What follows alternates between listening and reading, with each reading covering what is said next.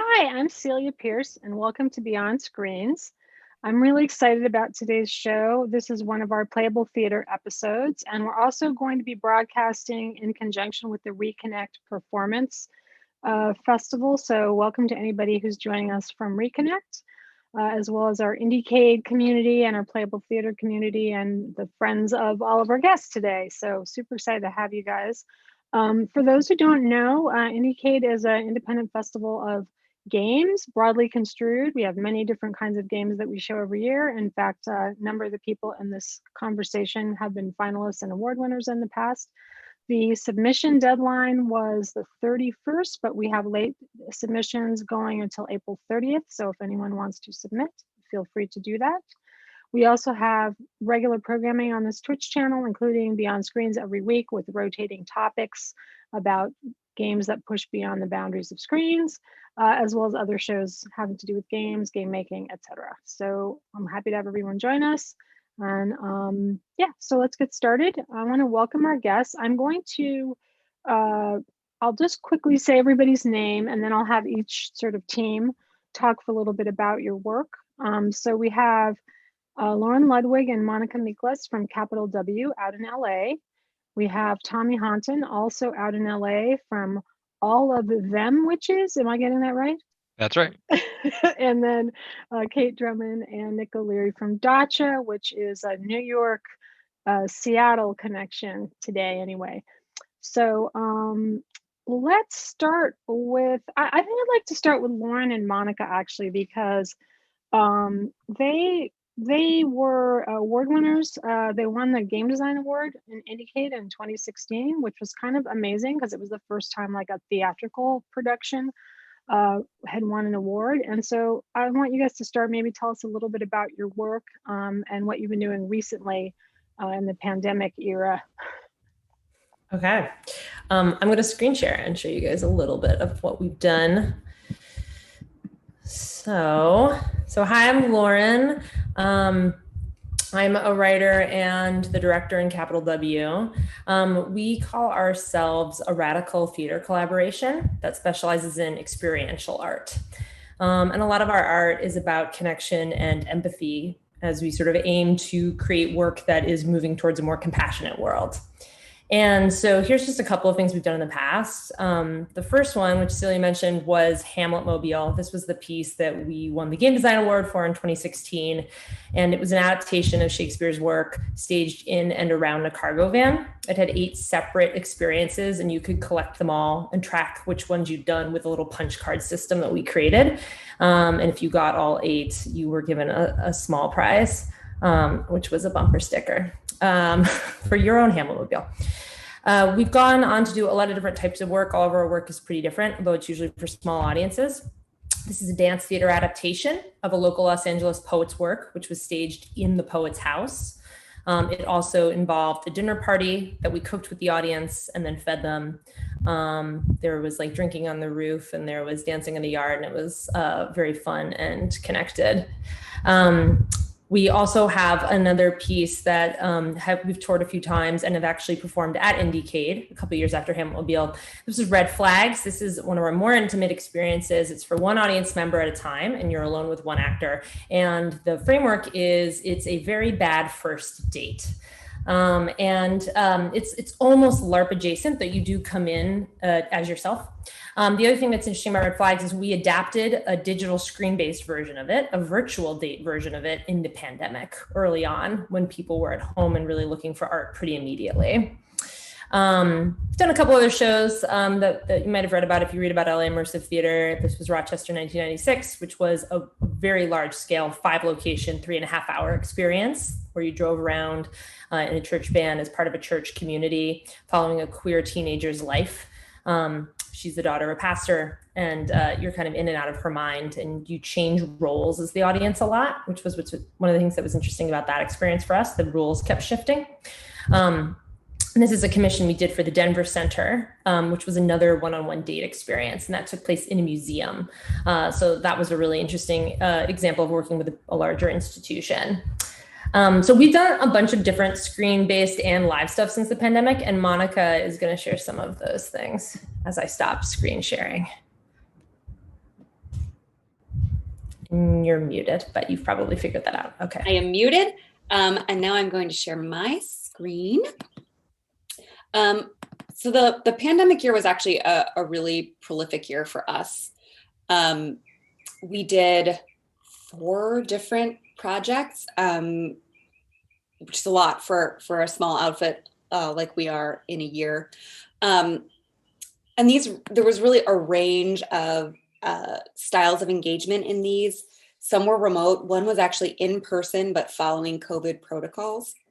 And then the remote shows also had a range of engagement styles, including things that were using Zoom in some way, things over the phone, and things that sort of had tales for people to do on their own. So the first project we did in the pandemic was called What Do You Need? This was a pretty immediate response in retrospect, though the first month of the pandemic felt like an eternity. But we started working on this in April of last year. And this was a series of curated experiences by solo practitioners, practitioner, performer, writers, of which Lauren and I each had one piece in the series. And each of these eschewed narrative in order to just kind of give people an outlet to talk about their feelings or to access something that they felt they needed. So one was a walk, one was these really cool personalized playlists. Lauren did bespoke rituals for people using different rooms in their home to engage with the idea of being at home. And I did a series of bath meditations where I actually live performed these custom meditations for people while they took baths at their house. So a lot of different things, very light on storytelling, very high on engagement. As Lauren mentioned, we also adapted Red Flags to be a video date, which really was quite a process. The adaptation took more work than I think we anticipated going in. Lauren really had to recraft the script, and we had to tweak some of the emotional journey of the piece in order to feel like we were hitting the current moment. And this went up in May and June of last year. And sort of once we hit June and we were deep into the protests around George Floyd's murder and social justice, it felt like it was time to sort of sunset Red Flags for the moment, because the moment had shifted again. So the theme of the year is really things changed so quickly. We also did an in-person show called Fire Season. This is the first show that I wrote for the company. And it was an audio walk, more or less, that one reviewer actually described as having some elements of video games like The Legend of Zelda, where you're outfitted with a set of tools and then you're let loose upon a landscape. And we did that in person. We gave audience members a small FM receiver that they wore on their neck, a small camping stool, and then they wandered through this area in the Santa Monica Mountains called Paramount Ranch, which was the site of a pretty historic wildfire in 2018 that really devastated the area and burned down a Western town that had been used in just hundreds of movies and TV shows. So we were engaging with climate change, the pandemic moment, our isolation, by being sort of together apart in this wild space. And then finally, the last project we did last year was called A Call from the Resistance. This definitely is gamey in a certain way, and sort of LARPy in a way. We took the format of a phone banking call that you might get from an activist organization. And instead of promoting a particular politician or a particular policy, we used it to do emotional phone banking, to emotionally engage with people about how they were feeling about the election. And the results were really striking. It was we were surprised by the range of people who signed up for this experience, which was marketed in a completely grassroots way. You might think that, we're a feminist theater troupe from Los Angeles, we'd be getting lots of perhaps Democratic voters. We did, but we had lots of other people too. And my last call actually was with someone who told me sort of tearfully that he wasn't going to vote. And we ended up having a long conversation about why. And he left the call saying, it's not too late for me. I might change my mind. It was really striking. Yeah. And this involved a lot of back and forth between the moderator, if you will, or the caller and the participant. And then concluded with sort of a meditative moment to reflect on the American story and how we fit into that. So as you can see, a real diverse range of stuff, ranging from light on engagement to super deep in engagement, or interactivity, I should rather say. I think they were all engaging. And a range of engagement styles as well. Stop. Celia, you're muted now. Muted now. Yeah.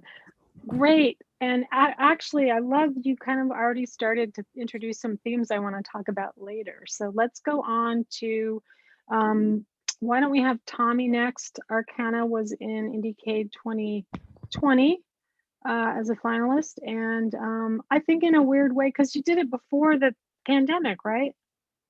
No, we did it during. It was a direct response to not being able to do it. Okay. So yeah. Okay, perfect. All right, great. And then anything else you want? You guys did another piece before that, though, which is how you formed the group, right? Right. Cool. So I'm Tommy Houghton. I'm a game narrative experience designer in Los Angeles. About 2017, I was approached by Landon Zekheim of the Overlook Film Festival and Molly Elfman, who had produced some of the past experiences at the Overlook. And for those who don't know, Overlook Film Festival is a horror film festival that also embraces immersive elements and has a very well-known game that happens around the festival. It is free to play for attendees. And it is standalone every year, where it's a brand new theme, brand new story. It has a very rabid fan base, and I had heard about it for years, always wanting to participate, be involved. So when Landon and Molly approached me about being involved, I was very excited. The festival, it was doing its second year in New Orleans, and New Orleans is a very challenging city to program in. Difference being when you're in a small town in Colorado or in Oregon, you don't really have to worry so much about people, getting robbed in an alleyway. Whereas in New Orleans, the risk that you might put your audience in is really high. So you have to make sure that you have complete control of the environment. So it's rather challenging. And so I liked the challenge, and I loved the idea of sort of working with a super group.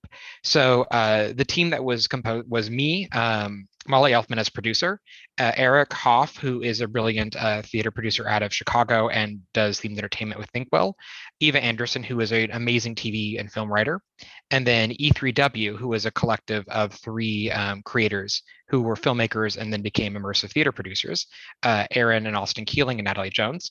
So all of us were put together as this sort of super group. And so we collaborated to create a game I'll share a little bit about, called All of Them Witches, which is where we get our name from. This was produced in New Orleans in 2019, which feels like ages ago. So the game took you all around New Orleans. We had multiple locations, a number of actors. And what was the really interesting challenge was, with this, it was the first year they were introducing a thing, a Platinum Pass. So normally the game was available for anyone to participate if you were just a festival attendee. But they added this because, knowing that there is such a rabid fan base for the game, they added another pass, which meant you would get exclusive access to special events, to deeper game content. And so the story, we were given the theme of witchcraft. Eva and Eric crafted a brilliant story that deals with the themes of gentrification, of old versus new, and of sort of these two rival covens, each having a different approach to their culture, their city, and their goals. And so we decided to align the regular attendees, any festival attendee who could play for free, with one coven, and then the Platinum Pass members as the other coven. So I had to design, as the path and experience designer, two completely independent paths that had different puzzles and different reveals.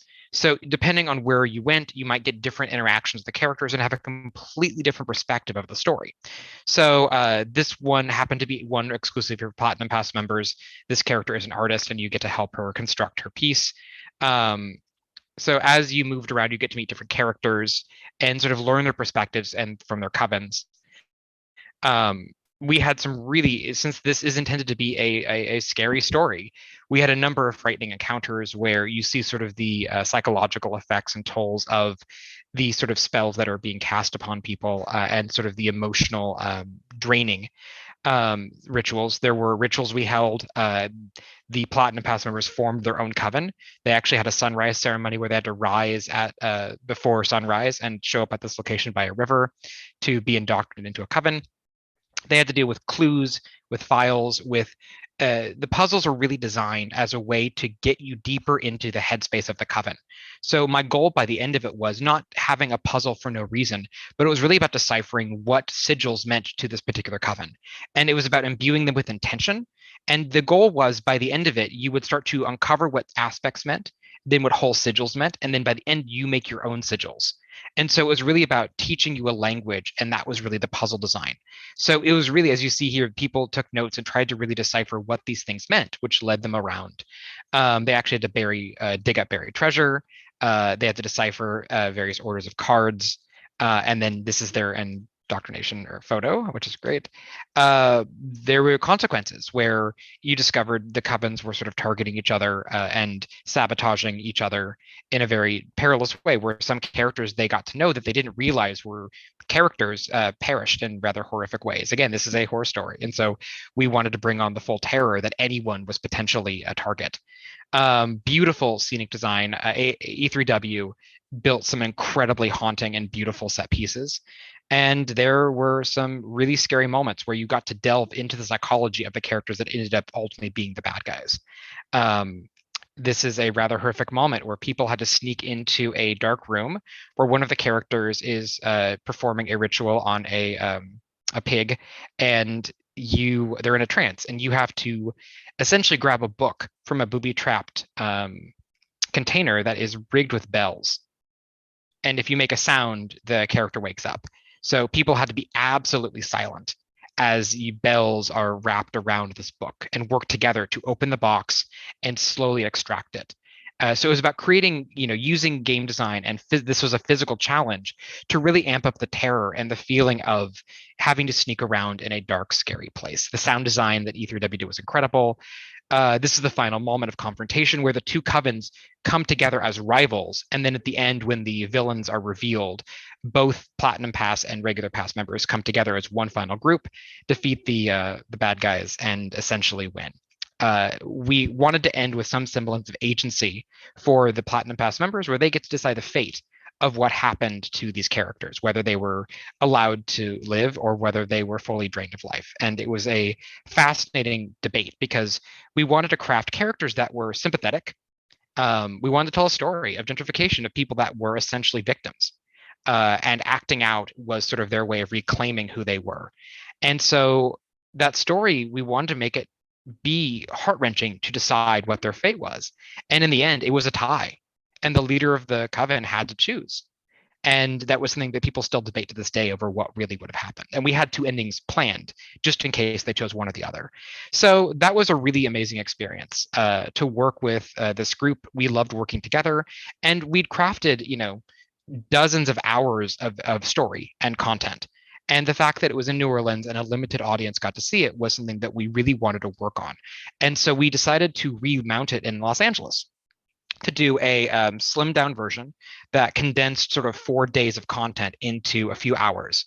And we had been working on it, finding locations, and then COVID hit. And so the very serious discussion came up of we still wanted to work on something together. We had carved up the time and also sort of the emotional stake in wanting to support each other and tell a story. But then when COVID struck, we felt that adapting this to put it online, it just wasn't possible. The way the content had been conceived, the intentions, it was just going to be too hard to do. So that's when we went back to the drawing board and came up with what became Arcana. It is not a direct response to saying this is COVID, but the story of Arcana tells the story of Jade, a young girl who is in a giant house by herself. She has recently gone through some kind of breakup. You don't know whether it's romantic or familial, but she's now alone in this house and has just gotten on social media for the first time. She suffers from some form of agoraphobia and is very anxious. And even though COVID is not acknowledged outright in the story, it is really meant to reflect through horror the feeling of being trapped, of being anxious, of feeling like something is out to get you, but you can't leave the space. And so that's how Arcana begins. And I have a trailer I can show that sort of gives you the sense of the visuals. So let me pull that up. Okay, and now let me share my screen. Bear with me. There we go. I think this will be it. And we'll share sound.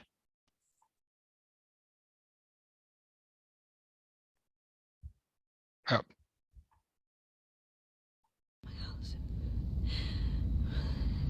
gonna go see what it is. I'm just gonna be really quiet. Robert, this is getting too close. I can feel it. It's gonna be okay. We have what we need. We have everything we need. I knew I was doing something bad, but I thought that I could do this cleansing ritual. And I didn't know he was buried underneath. And whatever I did woke him up. And now he's in my sister. And I need your help. He's still here. I need you to undo what I did. I need you to save my sister.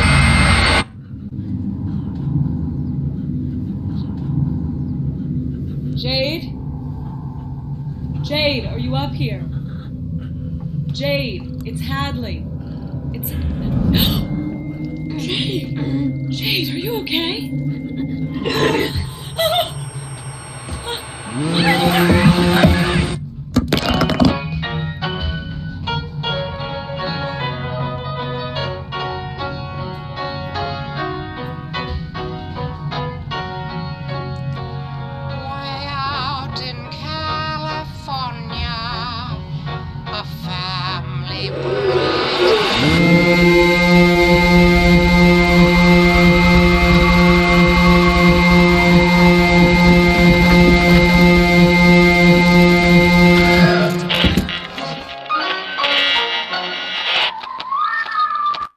So that is Arcana.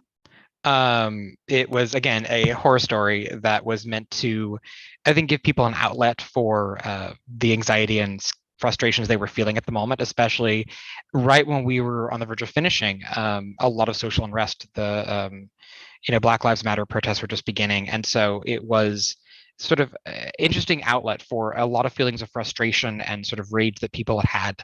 This sort of provided an interesting outlet to direct it towards a character that needed help. So in the story, Jade ends up getting possessed by a spirit that is haunting her, and the friends around her have to come together and rally to figure out her fate. And again, we left the choice of what happened to Jade in the hands of the players.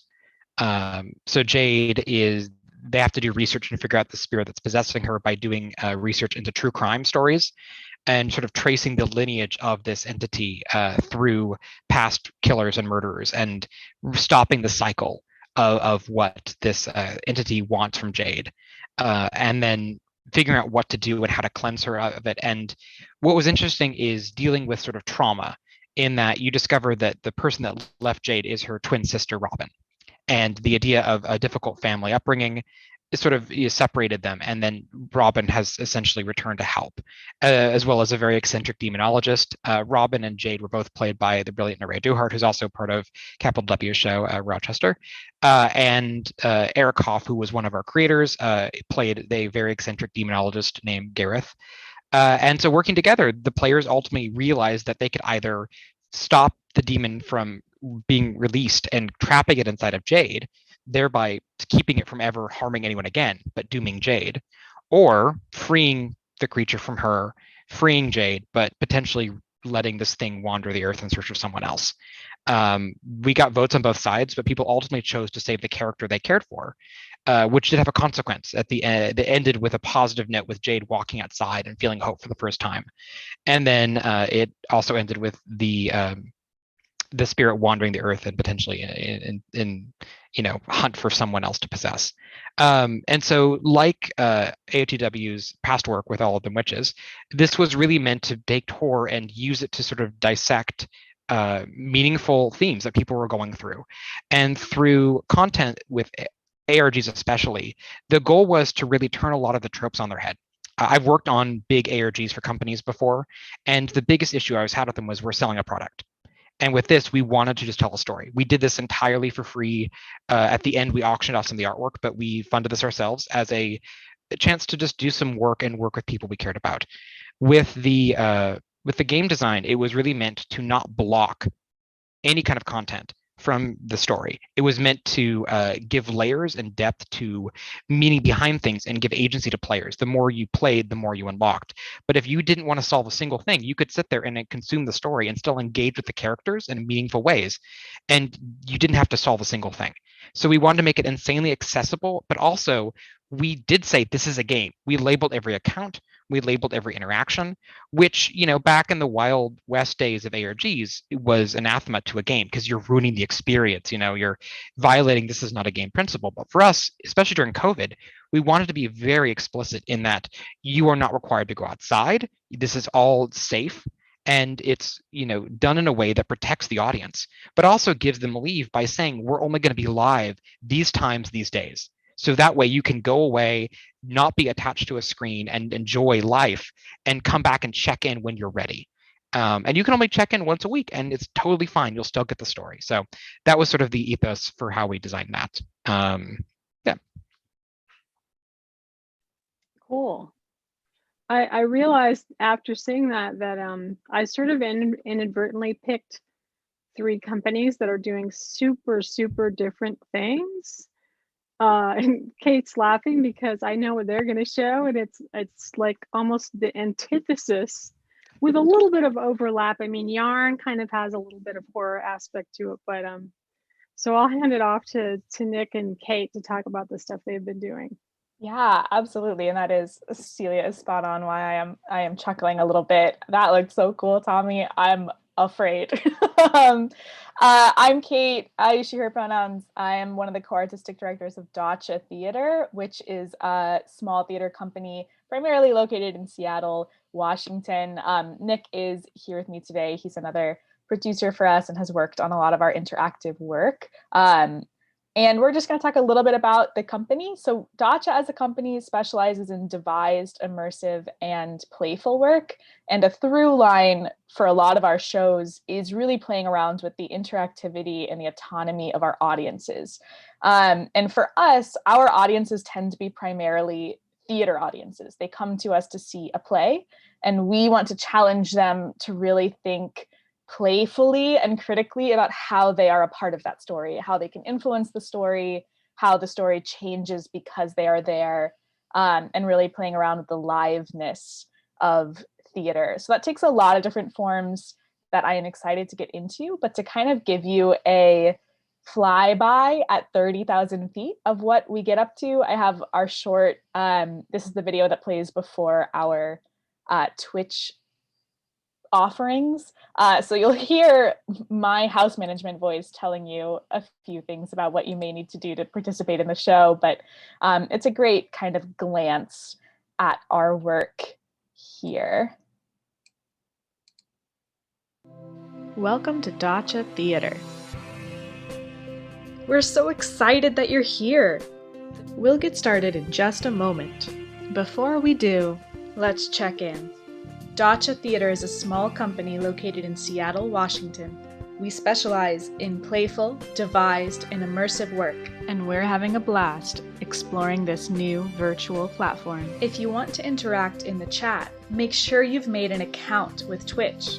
At Dacha, we never want anyone to have a financial burden to coming and telling our stories with us, which is why we always ticket our shows on a sliding scale and always include a pay-what-you-can option. Visit our website to learn more about how you can support us, and follow us on social media so you don't miss a thing. And to kind of dig in a little more, I'm going to chat a little bit about what we did pre-pandemic and then toss it over to Nick to kind of draw that thread through to what we've been doing on screen.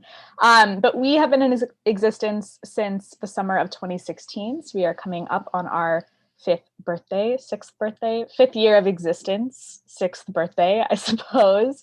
And we have done a really wide variety of work. We have done, on our more scripted end, work like Shakespeare Dice, which I will show a short visual for Pride and Prejudice, which is a work that Nick directed. And what Shakespeare Dice is up to is it is a small company of artists, actors who have memorized the entire script of the show. So each one of us memorizes, say, 2 hours worth of play. And at the beginning of the show, an audience member rolls a dice to see who's going to play who, a die rather. And then we immediately jump into the show. It is a game that the actors are playing. We invite the audience to be really interactive. So we had a randomizer wheel, various points during Pride and Prejudice. We would randomize who would do what. This is Ben Simmons playing Mrs. Bennet. These are some audience members limboing. And truly, you can see us actors genuinely shocked as we did not know Ben was about to somersault over that limbo bar. It's really a game for us as the actors of surprising each other, trying to take these 100-year-old texts and keep them really alive and fresh and rediscover them every night, but also to pull the audience members into it. And when Dacha does classic work, one of our big missions is classic work exists for us.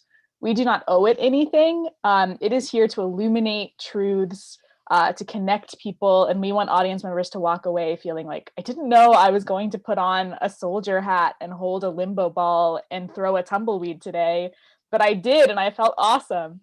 On the other end of it, we do a lot more immersive interactive work like our original show Ghost Party. Ghost Party was, that's a different one that we're gonna get to in a moment. We're really just gonna look at all of these, aren't we? That's all right. So Ghost Party is a show in which audience members are at a party and they are attempting to save. There are some ghosts stuck on a loop in this party that the audience members are going to try to save by freely walking around the party, talking to anyone they want to talk to. But the party is repeating on a 10-minute loop. So 10 minutes, a bell tolls, everyone leaves, everyone walks back out, and we restart right back where we were. We really wanted to encourage audience members to try things, to not be afraid to fail, because they quickly learned they were going to get another chance in 10 minutes. With the ultimate puzzle being one that was human oriented. The solution was not, find a key, put it in the lock, turn the lock. The solution was, well, if you get him talking about his father, you will figure out that really what he needs to move on is to apologize to his son. And if he can do that, then you have freed him. And the next time he comes back, he will be warmer, he will seem more relaxed. And the show ends with a dramatic tableau that maybe we can, here we go. We can see here where we see all of the ghosts spread out. This is a tech performance, because if it were a real performance, we would not be able to see them past our audience members. But at the end of the show here, the ghosts that you have successfully freed will break their tableau and walk out of the building. And the ghosts that you have failed to free will stay in their tableau, and the lights will go down on them. And you will potentially watch, a family set, and you have freed the father, but not the son. And you'll watch that father walk away from his son and have to sleep with yourself that night about whether or not you freed him. And the last kind of interactive show we did pre-pandemic that the picture was so insistently attempting to assert itself here a moment ago was a show called Who Killed Otter's Babies, which is as silly as it sounds. And that show, we called it an animal noir. Audience members were in a park. They could move around the park in a semi-controlled way in small groups. All the actors were Zootopia-style animals, and the audience members had to solve a murder here in Otterton. So we have our Mooster Mayor here, a couple of our other characters. We used some video wizard tech out in the woods, Zoom before it was cool, I suppose. And we can see a few audience members in the background here as they kind of try to solve it. Otters came chronologically before Ghost Party, and there were multiple endings to Otters.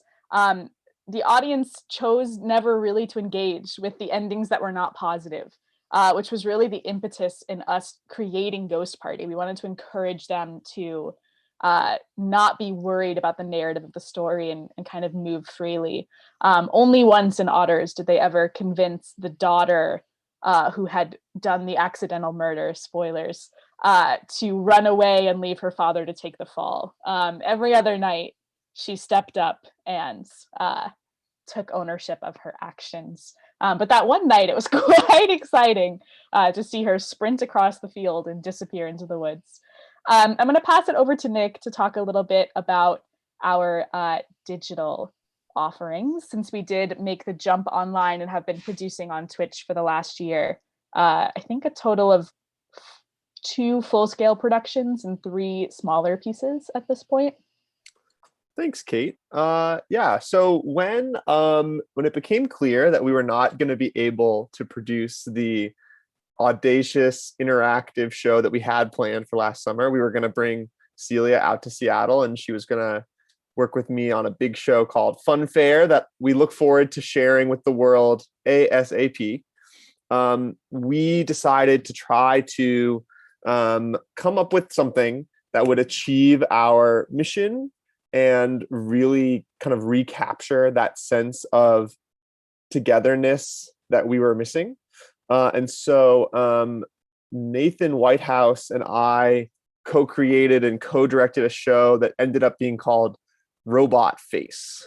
And our goal with the show was to sort of, as much as we possibly could, empower an audience to really engage at the same time that we really wanted to have the work feel like a theater piece and use our skills as theater makers and use the talents of our amazing performers. And in trying to walk that tightrope, we came up with this game show, reality TV, tech startup inspired piece called Robot Face, which Kate is gonna, if you could play this little video, we'll kind of give you a sense of that.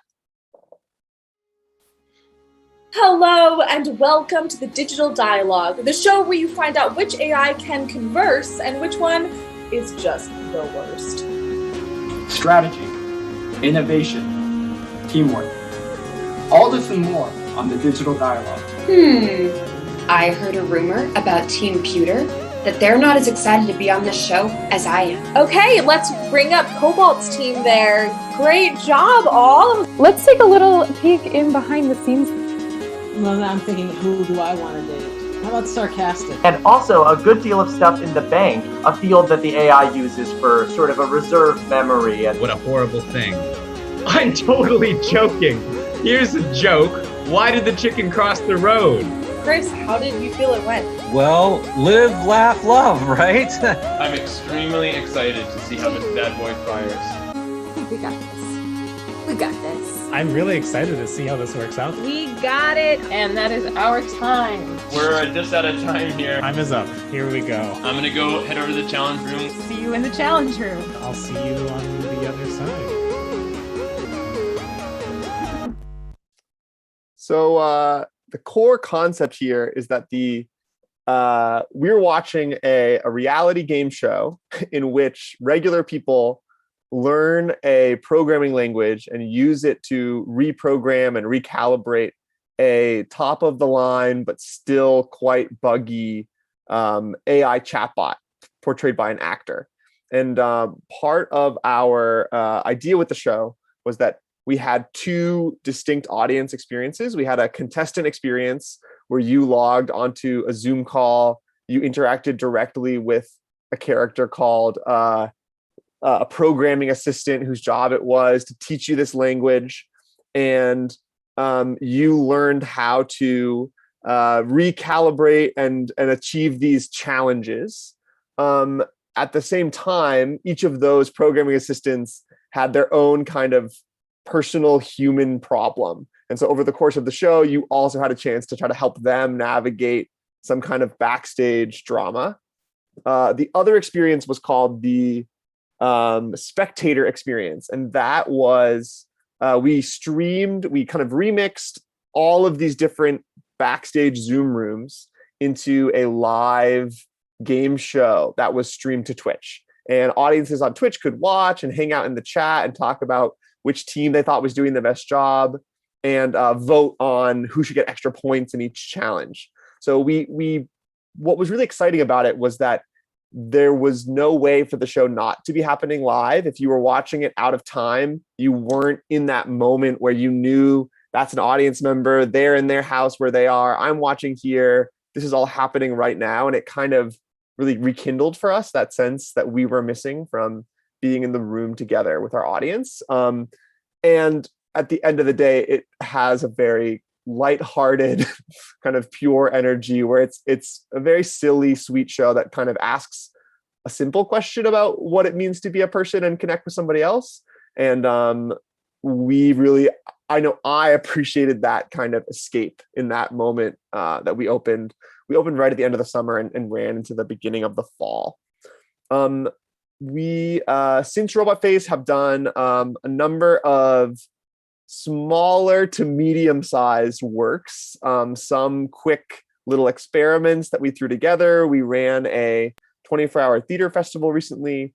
And I would say the most interactive and most developed of those kind of smaller ideas is this show called Yarn Unraveled, which is kind of a inspired by web series. Kate directed this show, and we created 2 or 3 pre-recorded episodes two pre-recorded episodes that we kind of established the idea of this weekly web series where these hosts go on adventures to spooky places around Washington and try to kind of, in the mode of a lot of playful docuseries, try to see if they can find cryptids and ghosts and, is the skeptic right or is the believer right? And all of this was kind of building up towards a live event where, the hosts of this show, for the first time ever, were going to do a live stream where they were engaging with the audience. And, they promised us that no matter what, definitely it's going to go perfectly fine and certainly nothing is going to go wrong, which of course was the foreshadowing for the first ever, definitely real, very spooky event. And it was the job of the Twitch audience to work with the team to figure out what was going on and how to stop it. And we had their beloved expert friend was put into a mysterious trance. They had to, the audience had to sort of search through a document and find clues and work together. We had people call into the Twitch call to sort of engage with stuff. So this piece, we were playing more with some kind of ARG type elements. The audience was kind of working on these side-along puzzles at the same time that these hosts were live on Twitch, engaging with them directly. So another different approach, but again, we were really interested in this question of how can we really feel like we're sharing time and space in this time that everybody is isolating at home. And then just recently, we truly closed this weekend our biggest online show, most audaciously produced. We had a show called Secret Admirer, created by Daniel Molman with the company. Do you have a video for this that you want to show, Kate? Amazing. Kate's going to show a video, and then we can talk about it. Yeah, I have a, given that we have truly just closed, I have a little clip here that we can watch of some gameplay. It is a little less curated than what we were just seeing, but we can see our 4 players here in the corner. These are 4 friends that used to play this game as a board game in middle school, and now that they are grown up, they are grouped together for one of their bachelorette parties. Some of them haven't seen each other in years, and they have found this CD-ROM of the old game that they have plugged in. Our actors actually played the game live every night, which Nick can talk a little bit more about as he designed this game. It is an original board game based on sexist 90s games like Mall Madness, Dream Phone, and Mystery Date. And as you can see, we had a brilliant design, both graphic, game, and programming design team that has brought this game to life, and we can watch our players play a couple of rounds live. Okay. I'm gonna go ahead and spin. See where I go. Spin, spin, spin. I'm going to go to the auditorium to talk to Chad. See what Chad's up to. Ooh. Talent show. Hi, Chad.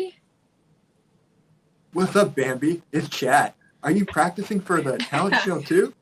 I am not. No, I was just, checking up. What are you working on? Totally. Well, don't tell anyone. But I'm working on my magic. I think magic tricks are dope. And I've been practicing magic since I was a kid. Oh, wow. Okay. Do you want to see a trick? No, I don't think Check it out. No. Nothing in my hand. Yes. Bam. Wow. Oh, Hey, that's nice. Far out. Impressive. Remember, this is just between you and me. Got a dip. So the premise of the show is that these 4 friends are playing their beloved childhood board game. And part of the idea was that we would have this scripted show that was also a little bit different every night, and that this gameplay would be live.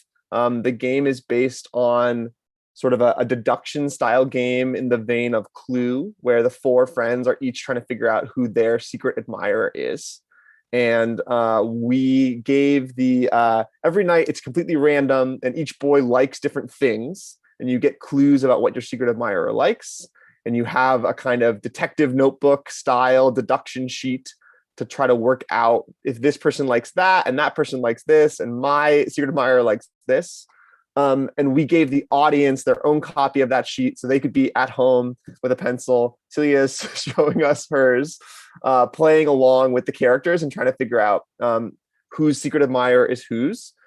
As you might expect, having seen some of the other stuff that we do, there were additionally things did go wrong, and there was some spooky stuff happening, and the kind of pasts of the characters and a mysterious agenda of the 4 boys in the game came forward. And we also had a sort of second layer of puzzle of playable experience where the audience was working with the electronic voice of the game, the BFF 2000, to try to help save the players. So there was, in addition to kind of working and keeping track of what boy likes what, the audience was cracking puzzles and accessing kind of backstage secret information to try to decode some stuff and eventually work to send hints into the game and help the players. So it ended up being this very cool kind of tiered experience, where as an audience member you were really able to lean in as much as you wanted to lean in. If you wanted to watch these charming actors play this game and really see these 4 people working to solve the puzzle, you could do that. If you wanted to play along with your deduction sheet, you could do that. And if you wanted to be up in the chat saying, I hacked into the folder, I figured it out, we need to tell them this, that was kind of available to you too. So I think we were able to appeal to a lot of different people's interests as players and as audience members, and kind of some people that maybe didn't think they wanted to play that kind of game were drawn into it. But again, our big goal was trying to make something that had a sense of liveness and had a sense of togetherness that we always try to create. You know, Kate talked about this idea that we want to make sure that the audience is telling the story with us. And just because we're online, we're trying to find ways to draw on those theatrical skills. Yeah, that's us. Awesome. Wow, I'm even more excited than I was before, because now seeing you all your work together just exactly did what I wanted to do in this episode, which was to kind of look at different approaches to weaving game elements into the experience. So I have kind of 3 thematic topics I want to cover. And first, I want to start with the question of audience expectation. And there's sort of 2 levels there to that question. One of them is, people talked a little bit at the beginning of each piece about framing it as a game or a theater piece. So I think it would be really interesting to hear about that question, like when you tell people they're playing a game versus they're going to a show, what kinds of expectations are you leveraging? And then that kind of segues into a related question about how does the premise of the show give the player some guidance as to what's expected of them? So let's start with capital W on that, but you guys can converse amongst yourselves. It doesn't have to be like a linear thing. Yeah, our stuff's always theater, and we kind of we definitely go in with that first, partially because that's the background Monica and I come from. We're storytellers, and are very curious around human experience through that door. Though we we both love playing games and love doing escape rooms and love doing and I grew up playing so many video games, puzzle-based video games. I'm not a puzzle designer. I know I'm not. Yeah. Not our skill set. Yeah, it's not our skill set. So and it's not quite the way we see the world. But that said, some of I would say what we are really tuned into, particularly with a show like Red Flags, the dating show, was the idea that dates are their own game. They have their own social script. And so when we tell you you're going to a first date, people, particularly I would say this was a contemporary American audience. And they're usually I would say 20s through 40s was the average age of the audience. So people who are dating or dated in the last 10 years have an expectation around that. So they're coming with those behaviors. And so that we use to our advantage to anticipate the audience behavior. And we did that as well this past year in A Call from the Resistance, which was very actively modeled on a phone banking call, which meant we expected many, if not all, most all of the people who signed up for the show would have received a call like that at some point, and perhaps even had made those calls themselves. Yeah. Social scripts, you have to be mindful that it's serving your purposes, because it can also, if you have a switch. So for instance, in A Call from the Resistance, there was this conscious moment where the mode of interaction changes. We go from a back and forth dialogue to then the facilitator taking control of the space in order to read this meditation. And so there's an energetic shift that has to happen that cues the participant to realize, I'm not going to keep responding every time something resonates with me. Now my job is to take it in and just reflect. And that took some training from an acting perspective. Yeah. I will also say that this year we engaged even more in the typical immersive practice of making sure that instructions were very, very clear. A lot of our pieces involved multiple methods of connections. So for instance, phone and Zoom, or Zoom with cameras on and cameras off. For instance, in my bath piece, more than a few people kind of freaked out right at the top when they got on Zoom with me, we're going to do this on Zoom. I was like, we're going to turn our cameras off it's gonna be cool. You're gonna be all by yourself. Don't worry. Don't worry. But you never know what people are gonna assume. So doubling down on our practices of spelling things out and setting expectations ahead of time, really, really, really being clear. I'd also say, I'm curious what the other creators think about this. Since we've done our stuff through theater audiences and we've done it at IndieCade, which are much more game-oriented audiences, there's absolutely a difference in the style of engagement. Like I find game audiences at IndieCade try to find the edges of the experience faster, and are more participatory more quickly. And so, I'm curious how other people have found when they've gone to different pools of audience what they've discovered. Yeah, with the stuff I've worked on, especially for Arcana, we were really, really aware that ARGs, can take many shapes and forms, and we wanted to be explicit that, because at the time LA was more or less under a lockdown order, we wanted to make sure that people respected that and didn't feel they had to sneak out and go to the park or do something. So I think for, what I hope is becoming a trend just for accessibility and safety is, on top of giving content warnings, also giving expectations from the audience and sort of the way in which we will engage with you as creators and the way performers will engage with you, and then the way that what's expected of you. So sort of setting that relationship up in advance. And I do think because agency is such a fascinating concept and really fun, but you also, I think, run the risk of in an experience where especially you're, in person, obviously people obviously do weird stuff sometimes where you do have to nip it in the bud and like train. But I think online there is this weird distance where, I just saw a piece in VR last night in VR chat, and the amount of things that I accidentally broke just by it is the nature of VR chat, like to wander around, to touch things that and the nature of, when you have the healthy distance of I'm not in person with you, just the level of decorum and expectation of behavior changes. When we're engaging via text only or via video chat.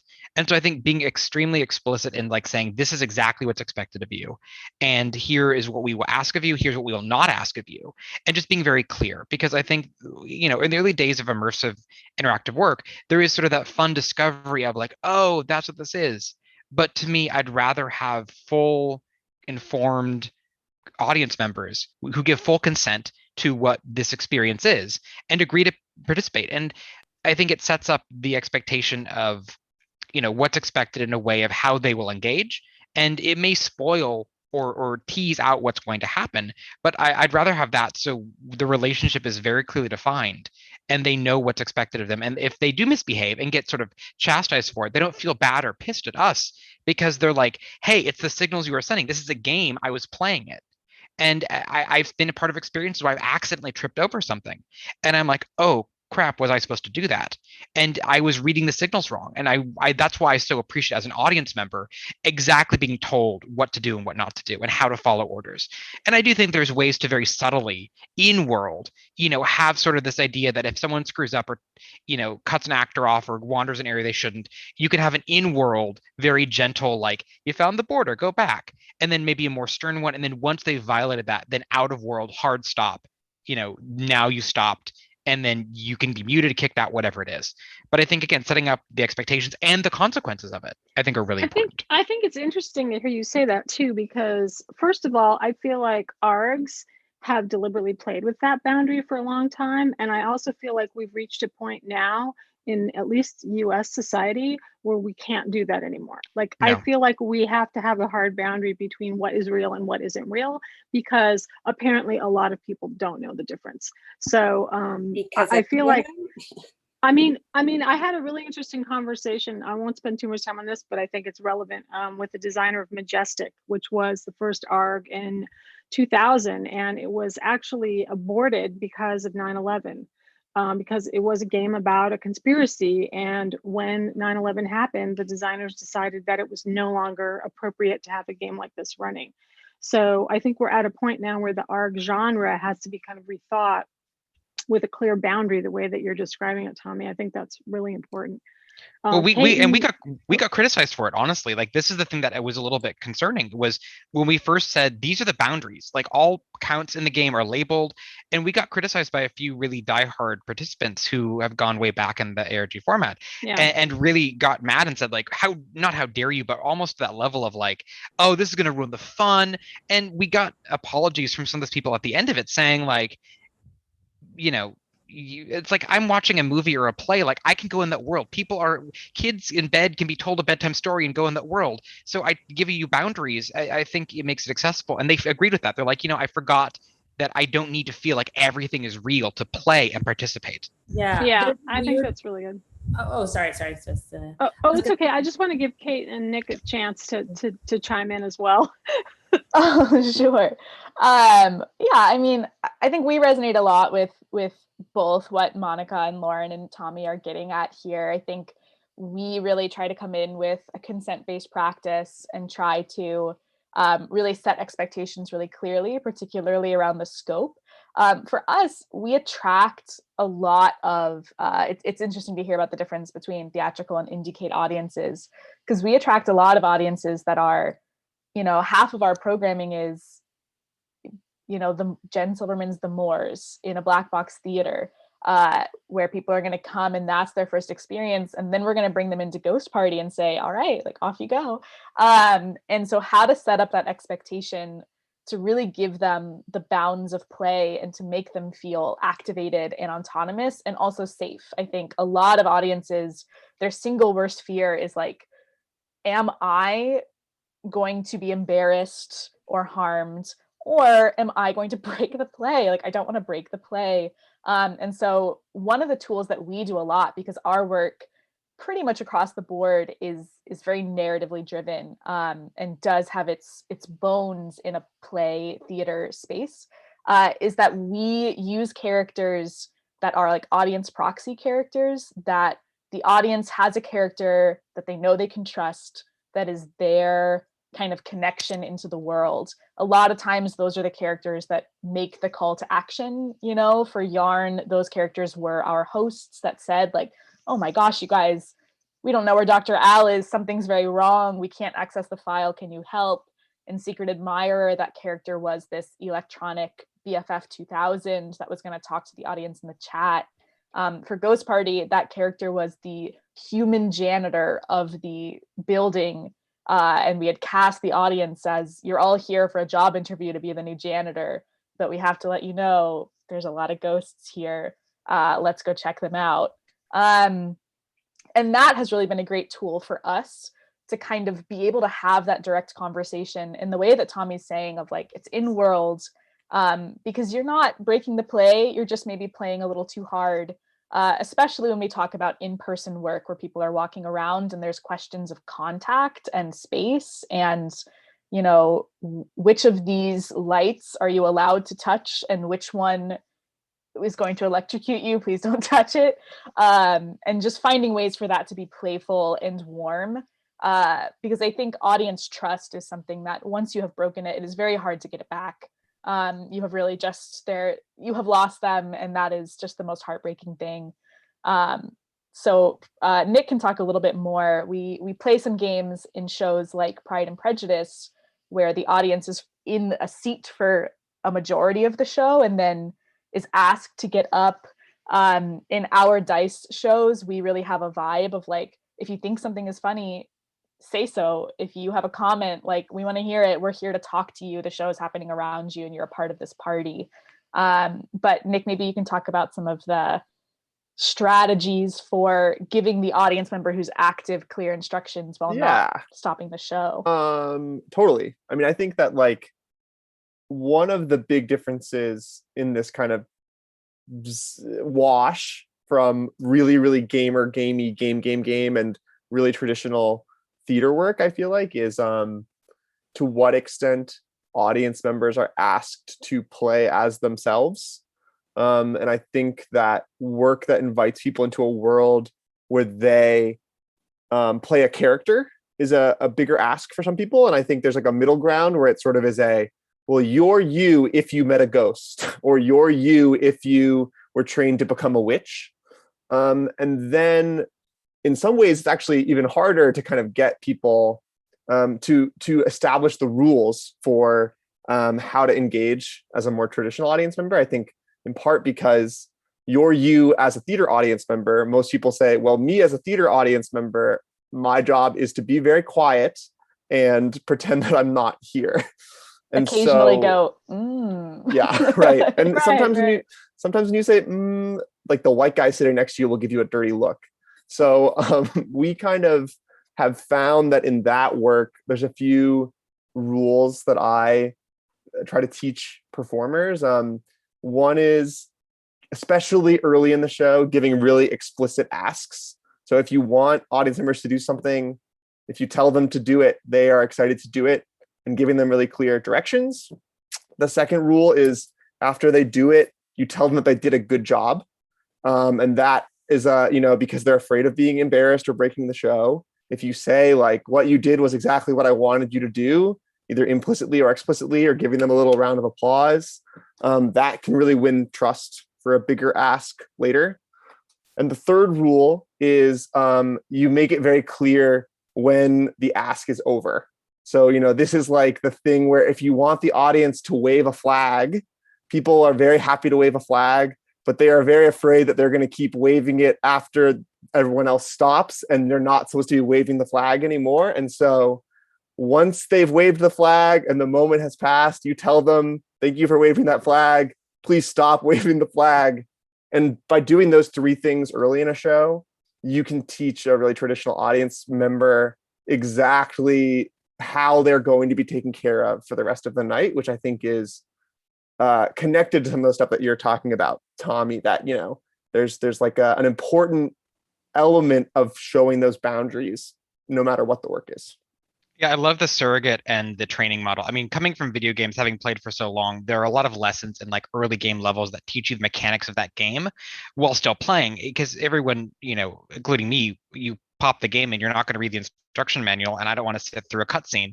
So I want to start by having the game teach me to play by playing it. And so I think by being able to fold as much of that training into that first setup, whatever that may be, is really, really clever, especially if it's a chance to both teach the audience and also convey story. Like, to me, that's like the chef's kiss of getting your audience comfortable and into the world. So this is a great segue actually to my next theme and topic that I want to talk about. And I've been thinking a lot about this because I've been thinking about sort of two different ways, and you guys kind of alluded to it in some of your responses to the last question. Two different ways that we can sort of give audience some cues about what they're supposed to do. So one is what I call social scaffolding. So that's like a scene that, like if you go to a wedding, how you're supposed to behave, for instance. And the other is indexing, which is where you draw from other media. So like the horror genre stuff, and Kate was talking about, basically modeling the yarn game after a web series. These are sort of media indexing techniques that you're pointing to something that people know. Okay, I know what this is, so I know more or less how it's going to go. So that sort of segues me to the next question, which is, and really interesting how you guys all talked a little bit about it, was this idea of different levels of engagement. One of the things I really loved about Robot Face was that you could be a contestant and be on the screen. And when Nick was saying, you're yourself, right? The great thing about being a game show contestant is you're not a professional actor. Everybody knows that. So you can be yourself, and you can be sort of awkward and weird and not quite know what you're doing, because that comes with the role of being a game show participant. Or you can be in the Twitch audience and play as kind of a fan voting whatever person. I played it both ways, and they were different, but there was a sense of different types of agency. Monica and Lauren, you were talking about different levels of engagement, and it's almost, to me, I think of it as a kind of an interaction aesthetic. Like, what range of opportunities do people have to interact and have agency within the story world that you're creating? Yeah, for us, I'd say it's much more that different pieces or different projects invite different levels of engagement. And so typically the entire audience is being cast in the same way. And we sort of, we expect a range of participation levels, but they're more or less the same. In the same container, I'd say. Yes, exactly. So for instance, in fire season, which we did this fall, that's a great example of one where it was the park we did the show in had probably many miles of trails. You could get about a mile in either direction and still be able to hear the radio broadcast. Some people did push out toward the boundaries till they got static and then started coming back in. Other people would take their stool and find a shady spot and just kind of plop down and hang out. And then there were people who were in between. But that said, everyone was given the same set of instructions, guideposts, and tools. And then they decided for themselves within the experience. Yeah, I've come to realize, having done shows where there's different engagement levels within a single show, I hate that. Not because I don't think it should be offered. I 100% think other artists should absolutely be offering it. But I'm somebody who wants high engagement. And when I show up and I realize I'm not going to be selected for it, I'm pissed.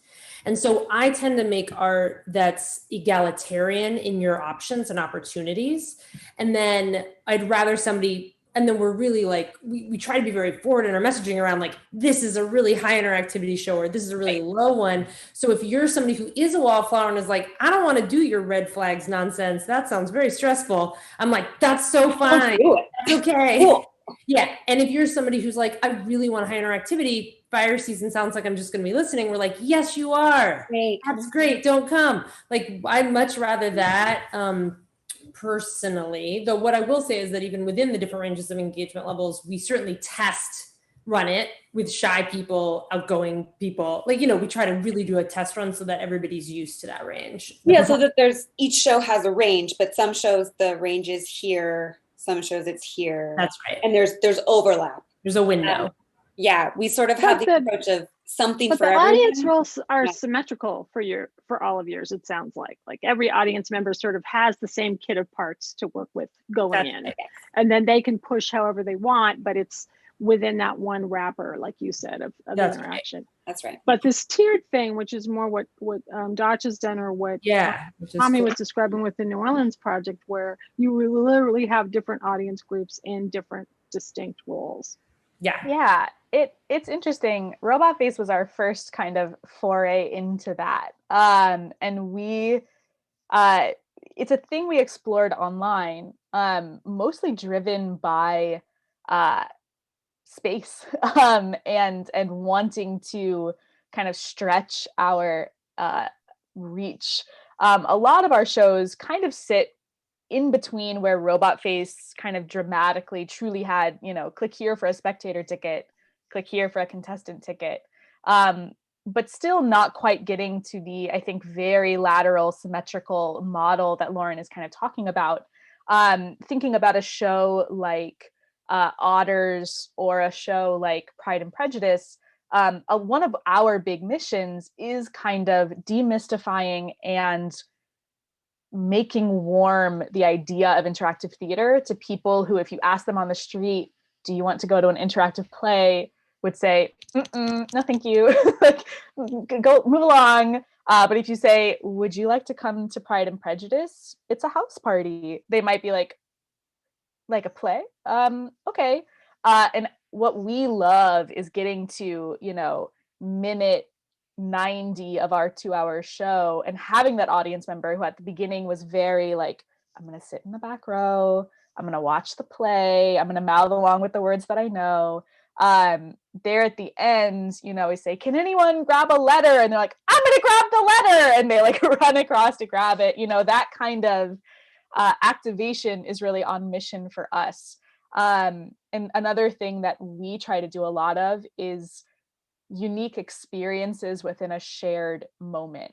So a calling card for Dacha is that each audience member will have an experience that is unique to them. So if you leave and you talk with your friend and you say, we did a show, Peter Pan, a couple of years ago, where we took over a park, and audience members were free to move, again, completely autonomously, but that show was not necessarily as interactive as Ghost Party. Each actor had a 2-hour play that they were moving. and they would move that play whether someone was with them or not. Like sometimes I was an actor in that scene or in that show. Sometimes I was doing a scene by myself because all the audience had decided to go watch the Pirates, and I was over in the corner of the park with my little tinker box. Like, I wonder if anyone will come see me. And sometimes they would, and sometimes they wouldn't. But when audience members left that show, you know, some of them left saying, well, I looked under this tree and I found this hidden note. Did anyone else find that? You know, and their friend might be like, no, I didn't find that, but I saw Tinkerbell do this thing.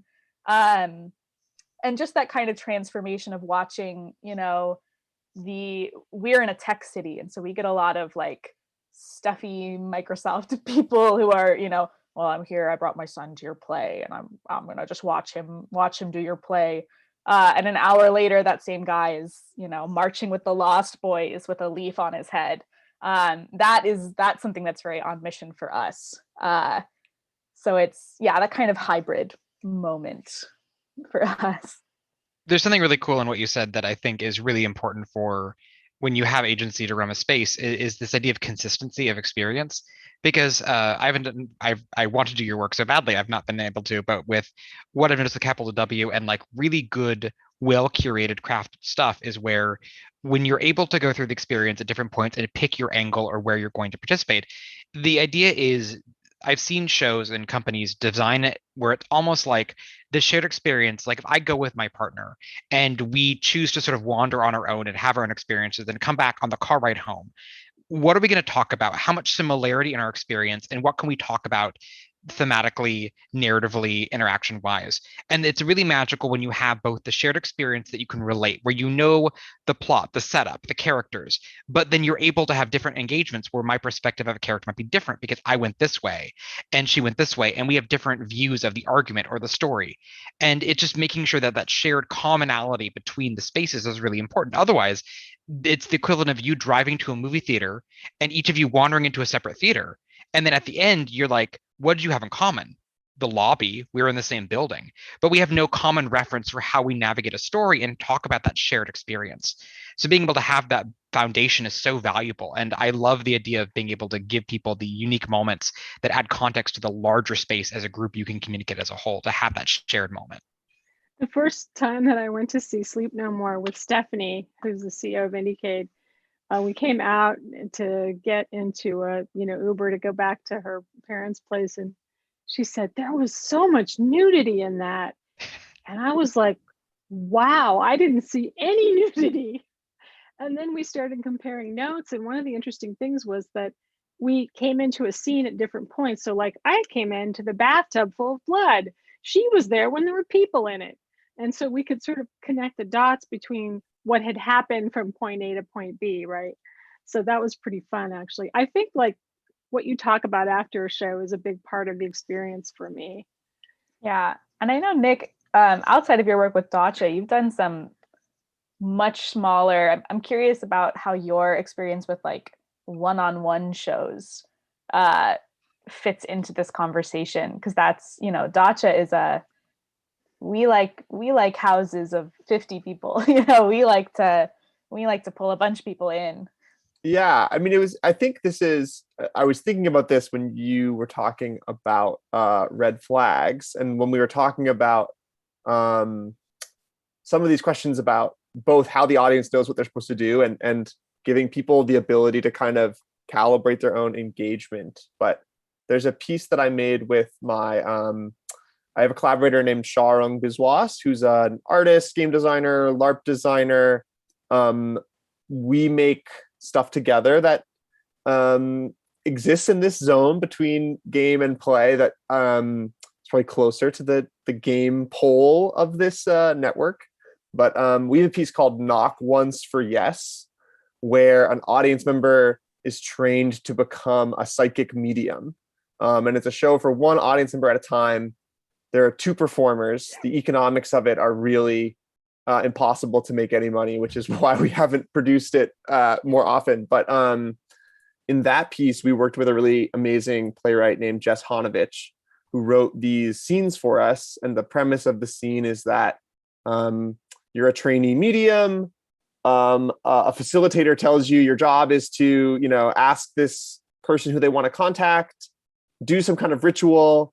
A ghost may or may not show up. They probably won't because it doesn't always happen, but they won't be able to see a ghost anyway. So just tell them what they want to hear. Your job is to take care of them. This person comes in, they tell you your problem. The audience member does whatever they want to do to summon a ghost. And then another actor comes in who's playing the ghost that this person wants to contact. The ghost and the client can't see or hear each other. And they have a script for a scene of communications, but the only way that they can understand each other is if the audience member repeats back and forth between them. And one of the goals for the piece was to have the highest agency ceiling that we could, but also have a really low floor. Because if you want to, you can just repeat what they say exactly verbatim and the story will happen. But very often what the ghost is saying is in fact not what the client wants to hear. And so the other choice that you have is to say something else, to try to massage this or outright lie, to kind of try to help this human come to peace with this story.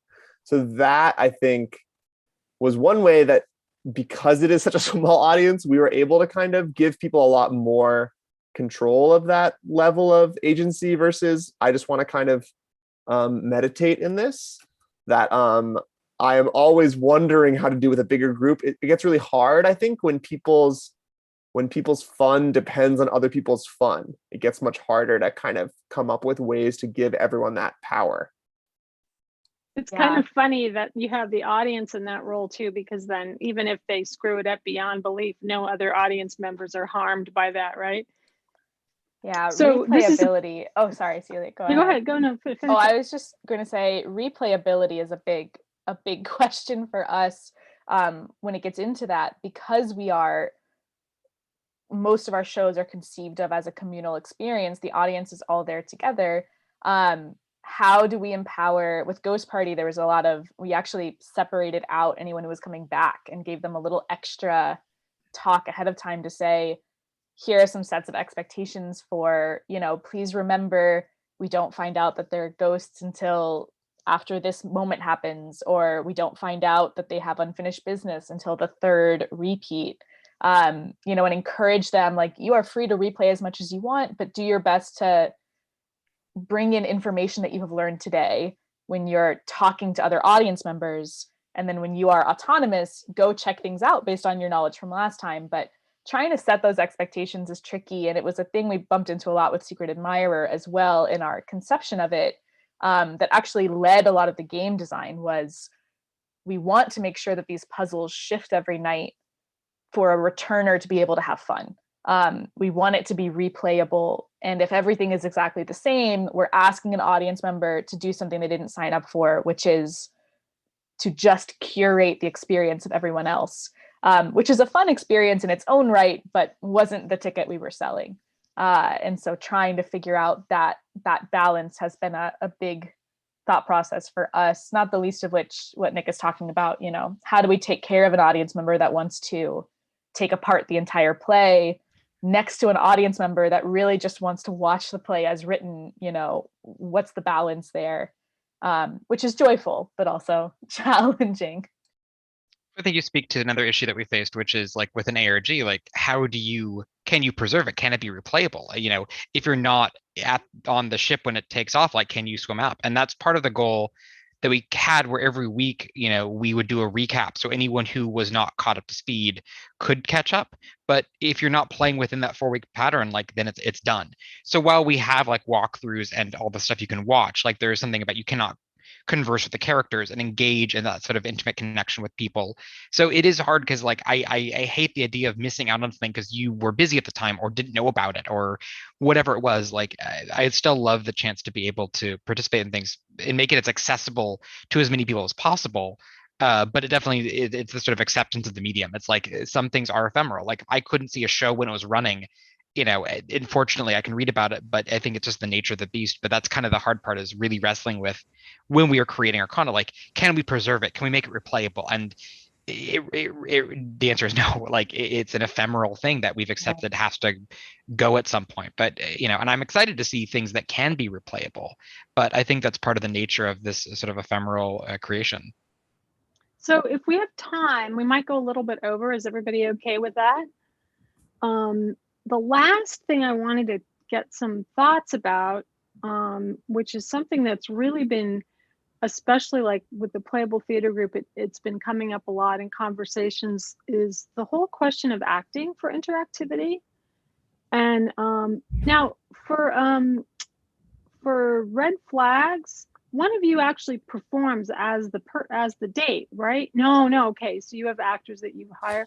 So I'd love to hear a little bit about, like, how do you tell an actor, like, what information does the actor of Red Flags have about what they're supposed to do? Like, you give them a script, what kind of prompts, how are they supposed to interact with the audience? Will you share your screen again, Lauren? You've got the part of the script in that. I do. You're totally right. Yeah. Give me 1 second here. There's more of a script than you might imagine. Yes. Let me bring that up. Yeah, so Red Flags is actually extremely scripted. And then within the pods of scripted, there are pods, there's a story, and each pod of the story has there's an order stuff goes, within that there's lines that the person's almost certainly gonna say. Here, you can see it here. Sorry, I need to text somebody super fast. Emma texts, we tell them what to do, and then they kind of explain themselves. Now, if the audience member says something in between the lines of dialogue, the actor is trained to respond. And then there are parts where you'll see I've put all caps audience response. What Emma learns to do is to, off of that, just respond like that character would respond on a first date, either interrupt or shut them down or listen well. It depends on the moment, because again, it's a bad date. So the other thing is that because this is encouraging awkwardness and it's an exploration of awkwardness and misunderstanding, there's a line, right? It's like the audience wants to feel that below the surface they're being taken care of. And I would say actually the script and the story is that. But above that, talking over each other, interruptions, not hearing something, there's some degree that's actually useful. So yeah, I would say when we audition people, we test how are you with pre-written text, and then a lot of how are you with improvisation. And then we do quite a fair amount of immersive specific theater training, interactivity training with the actors. And that's every show. But certainly with Red Flags, I brought in an endless stream of additional actors to work with our main actor who first did it, Lauren Flans, who you see pictured there. It was just in every rehearsal, there was different people coming in and improvising with her. And she's also already a trained improviser. So it was just getting her really comfortable with a range of people, and also training them on eye contact, touch, safe, certain sort of reading people's signals around whether or not they want, are you encroaching on their personal space? There's a fair amount of also just getting people to be better people if they're going to be immersive performers so that they're good listeners. Yeah. Yeah.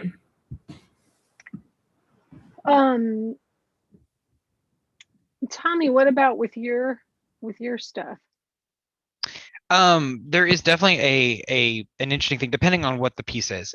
For Nerea, for Arcana, she did not directly engage except for a few specific moments. It was mainly over Instagram chat.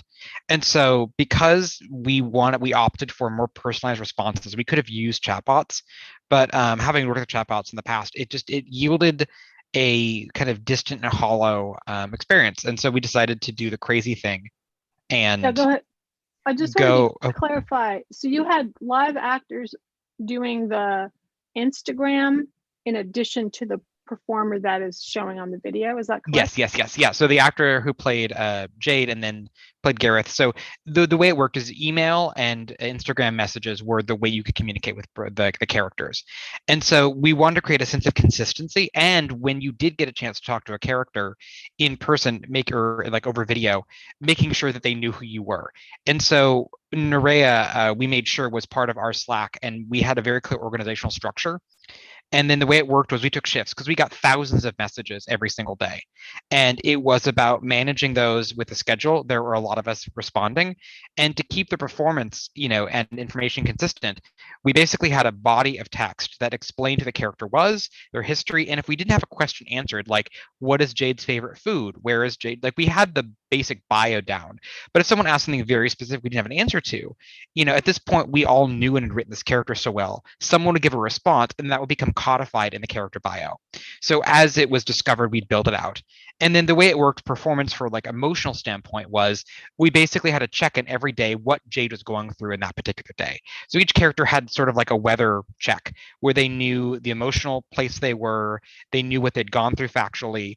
And since we had the chat history of we kind of knew you could scroll back up and look at what Jade had talked to the person previously and be able to sort of keep the conversation going. So even though some people thought they were talking to one person, over the course of the multiple weeks we ran this, it could very well been you've talked to 5 or 6 different performers, all of us, acting as Jade without any realization that there was any kind of lack of consistency because we were keeping it consistent by having those check-ins and keeping that consistent flow narratively. And then when it was time for a live element, we would have, and Nerea at times was responding as Jade because she would take shifts. So this was a chance for the actor to get into it as well. But when the characters were going live, they had access to the bio, to the information, and to sort of stuff that they needed to pull up. And someone said, "Oh, I'm so and so." We could have needed scroll to that message chat and do a very quick and dirty, like, here's what we know. And like, oh yeah, we talked about boxes or whatever it was. So it was really about trying to keep that consistency up because I hate it in experiences when you're talking to a character and you're like, yo, Sarah, it's me. And be like, who? I'm like, you told me your biggest secret and you told me I was important to you and you don't remember who I am. So you want that consistency across character and that relationship. So that was kind of a logistical nightmare, but to us, it was the best we could do with the budget we had.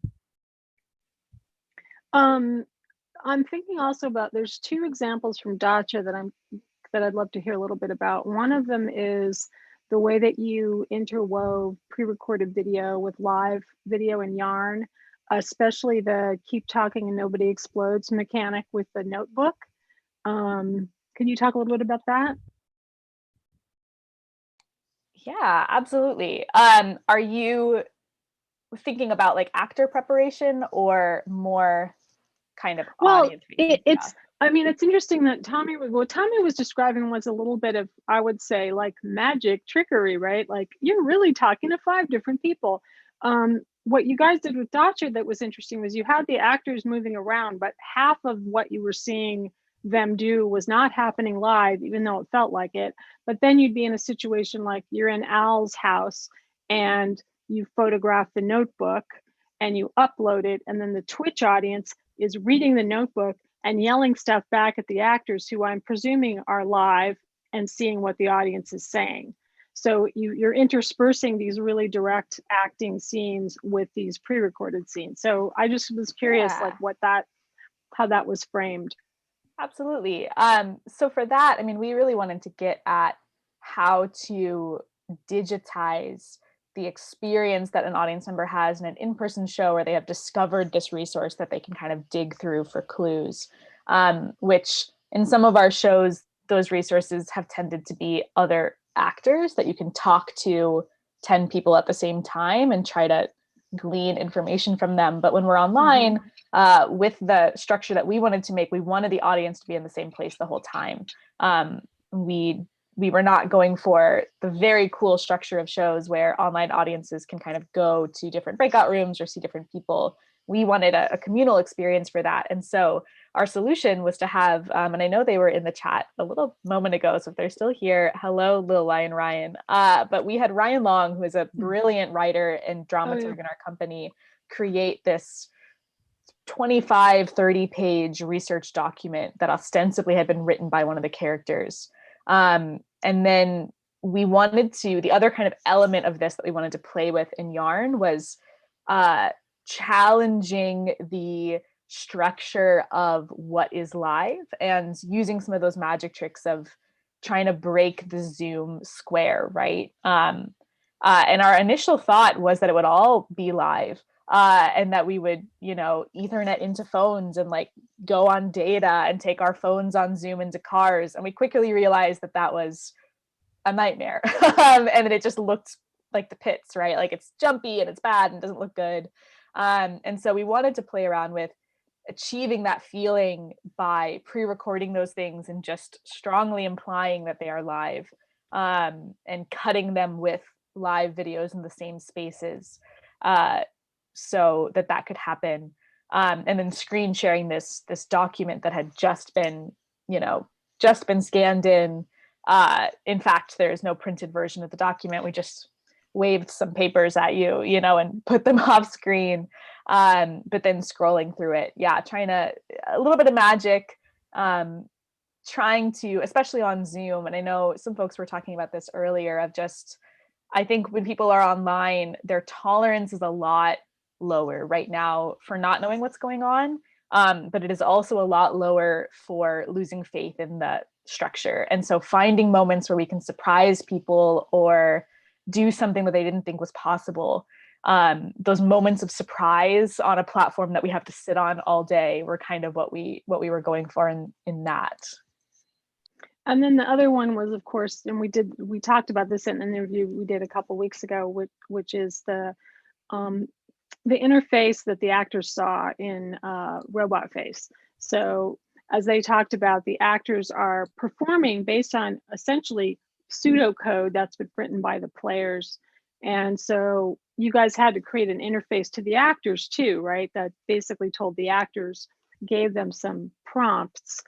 Yeah. So the premise of the pseudocode, because we were trying to have the easiest to learn, most powerful system, because the goal is, how can you program this chatbot to really succeed on a date or really succeed at a job interview? And you would sort of come up with, well, if you're on a date and someone asks you about your job, you should say you're an astronaut. It was kind of like brainstorming those call and response kind of formats. But at the same time, the hard part, we cast really talented improvisers. The hard part was actually kind of capturing the awkwardness of current kind of GPT style artificial intelligence that is almost smart, because of course the actors can just effortlessly improvise. So we came up with this system where they would say a phrase and then keep going. But there could sometimes be a huge grid of like 25 possible call and responses. And as the actor, you wouldn't necessarily know when you were on code or when the prompt was kind of something totally random. So we created Sam Levitich, who's a company member, day job in web development, but is also an actor, artist, theater maker.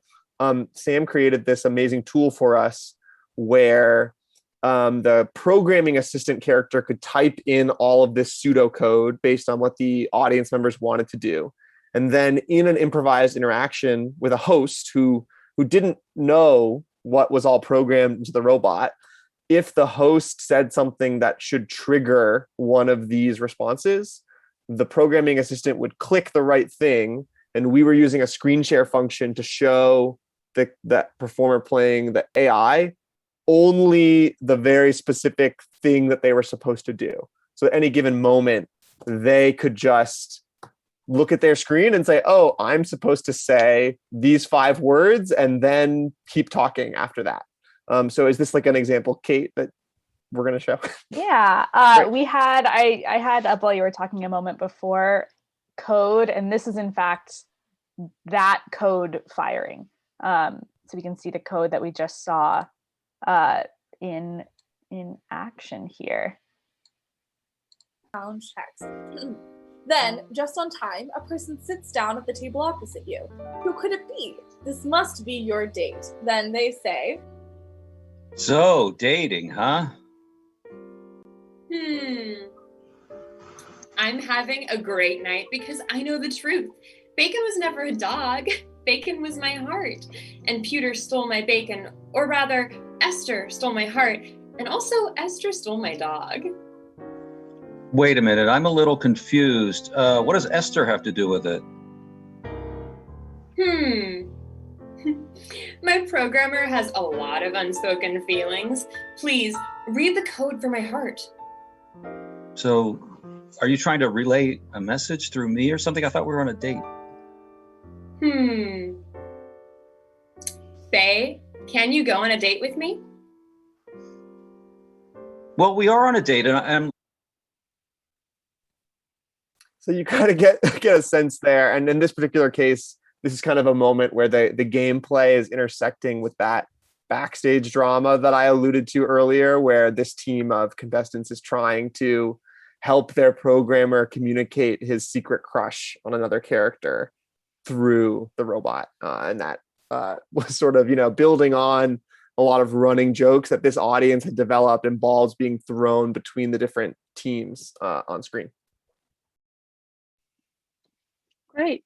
Well, we're a little over our normal time window, but if anybody wanted to first of all, thank you guys all so much for doing this. It was so fun and interesting for me. We had about 22 people on the channel, which is great. I don't really care. I'm having a great time. But if people want to pass the video on to friends later, if you guys want to show them to people, or if anyone that's watching wants to share it, it'll be on the channel for a while archived.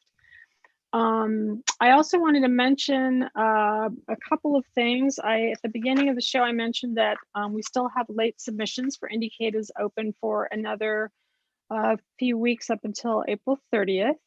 And next week, Beyond Screens, same time, we'll be focusing on escape rooms with David Spira from Room Escape Artist and PG Law, which is a great show. I highly recommend people come to that.